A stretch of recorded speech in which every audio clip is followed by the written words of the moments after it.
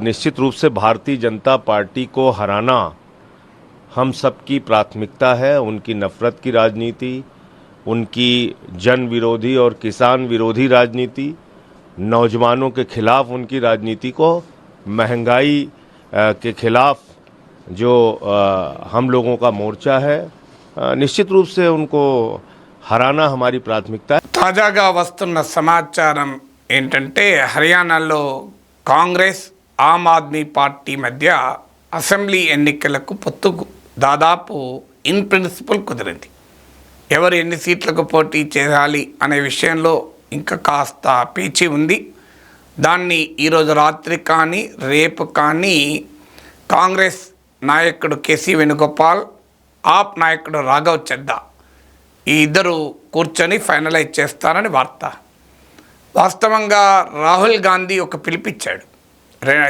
గత లోక్సభ ఎన్నికల్లో ఇండియా కూటమి ఎలా పొత్తు పెట్టుకొని పోటీ చేసిందో ఈ పొత్తు నెక్స్ట్ లోక్సభ ఎన్నికల వరకు కొనసాగాలి, ఈ మధ్యలో ఉండే అసెంబ్లీ ఎన్నికలలో కూడా కొనసాగాలని రాహుల్ గాంధీ అభిప్రాయాన్ని వ్యక్తం చేశాడు. వాస్తవంగా అప్పటిదాకా హర్యానాలో కాంగ్రెస్ నాయకులు ఆప్తో పొత్తుకు సిద్ధపడలే. మీకు కుమార్ శైలజ లాంటి వాళ్ళు ఆల్రెడీ కేంద్ర మాజీ మంత్రి ప్రకటించారు కూడా 90కి 90 సీట్లు కాంగ్రెస్ పార్టీ పోటీ చేస్తుందని. ఈవెన్ ఈ ఇయర్ బిగినింగ్లో అరవింద్ కేజ్రీవాల్ కూడా ప్రకటించాడు ఆప్ 90 సీట్స్ పోటీ చేస్తుందని. కానీ రెండు కారణాల రీత్యా ఈ రెండు పార్టీలు ఏకాభిప్రాయానికి వచ్చాయి. గత లోక్సభ ఎన్నికల్లో పంజాబ్లో మాత్రం ఆప్కు కాంగ్రెస్కు పొత్తు కుదరలేదు, విడివిడిగా పోటీ చేశాయి. కారణం ఏంటంటే అక్కడ బీజేపీ ఛాలెంజ్ లేదు. ఈ రెండు పార్టీల మధ్యనే ప్రధానమైన పోటీ ఆప్కు కాంగ్రెస్కు. కానీ ఢిల్లీ, గుజరాత్, గోవా, హర్యానా ఈ రాష్ట్రాల్లో ఆప్ కాంగ్రెస్ పొత్తు పెట్టుకొని పోటీ చేశాయి. సో ఇప్పుడు అసెంబ్లీ ఎన్నికల్లో కూడా ఈ పొత్తు కొనసాగించాలని నిర్ణయించారు. హర్యానాలో 10 లోక్సభ సీట్లు ఉన్నాయి.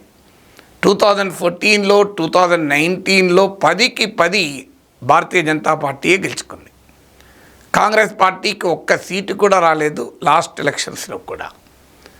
అలాగే ఆమ్ ఆద్మీ పార్టీ ప్రజెన్స్ కూడా పరిమితమే.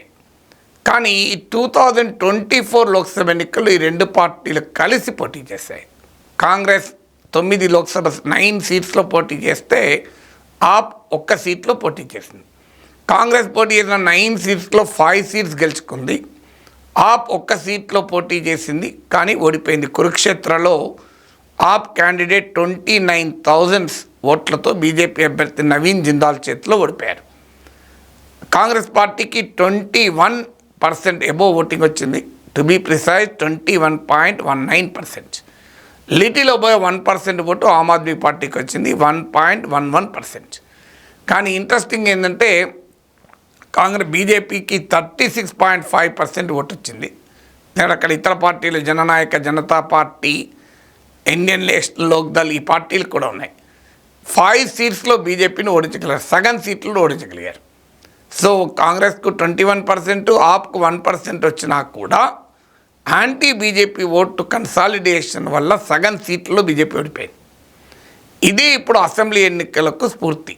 ఈ ఓటు కనుక డివైడ్ కాకపోతే బీజేపీని దెబ్బతీయవచ్చని జననాయక జనతా పార్టీ ఐఎన్ఎల్డి బాగా దెబ్బతిన్నాయి. ఎందుకంటే జేజేపీ లాస్ట్ అసెంబ్లీ ఎన్నికల్లో బీజేపీకి వ్యతిరేకంగా ఫైట్ చేసి ఎన్నికల తర్వాత బీజేపీతో కలిసి ప్రభుత్వంలో ఉంది.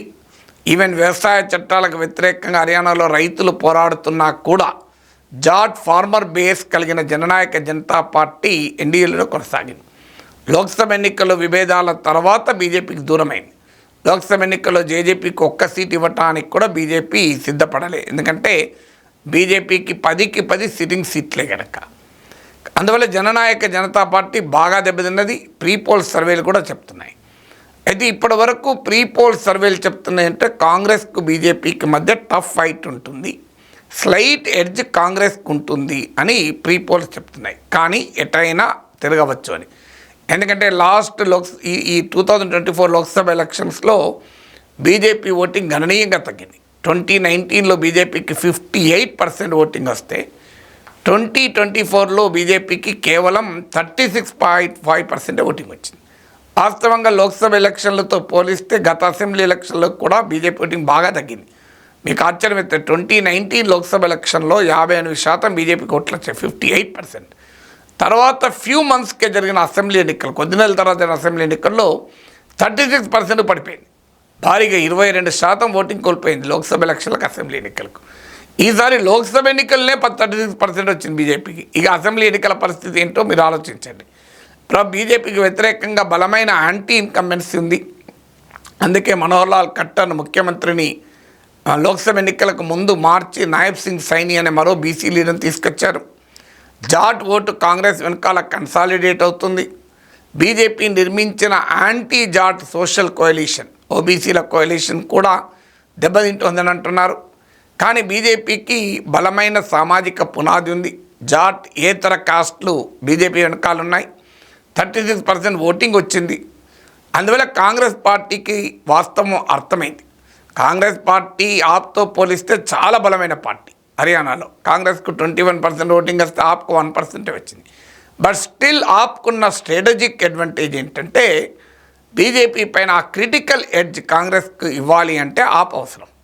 అందుకే కాంగ్రెస్ ఆప్ డిమాండ్లకు ఒప్పుకోవాల్సి వచ్చింది. అయితే సీట్ల దగ్గర పంచాయతీ ఉంది. ఎందుకంటే ఆప్ 20 సీట్లు కావాలని అడుగుతోంది. కాంగ్రెస్ హర్యానా నాయకత్వం మాత్రం 4 సీట్స్ ఇవ్వడానికి మాత్రమే రెడీ అయింది. చాలా గ్యాప్ ఉంది. ఆప్ అడుగుతున్నది 20, హర్యానాలో కాంగ్రెస్ ఇస్తానంటుంది 4 సీట్స్. కానీ హర్యానా ఎలక్షన్ కీలకం. ఎందుకంటే హర్యానాలో ఇది హిందీ స్టేట్స్లో ఉంది, నార్త్ ఇండియాలో ఉంది. హర్యానాలో బీజేపీని ఇండియా కూటమి ఓడించగలిగితే దాని ఇంపాక్ట్ తర్వాత వచ్చే మహారాష్ట్ర, జార్ఖండ్, ఆ తర్వాత వచ్చే ఢిల్లీ, ఇలా ఎన్నికలపై ఉంటుంది. మరీ ముఖ్యంగా ఢిల్లీలో ఆమ్ ఆద్మీ పార్టీ 2013 నుంచి గెలుస్తూ వచ్చింది.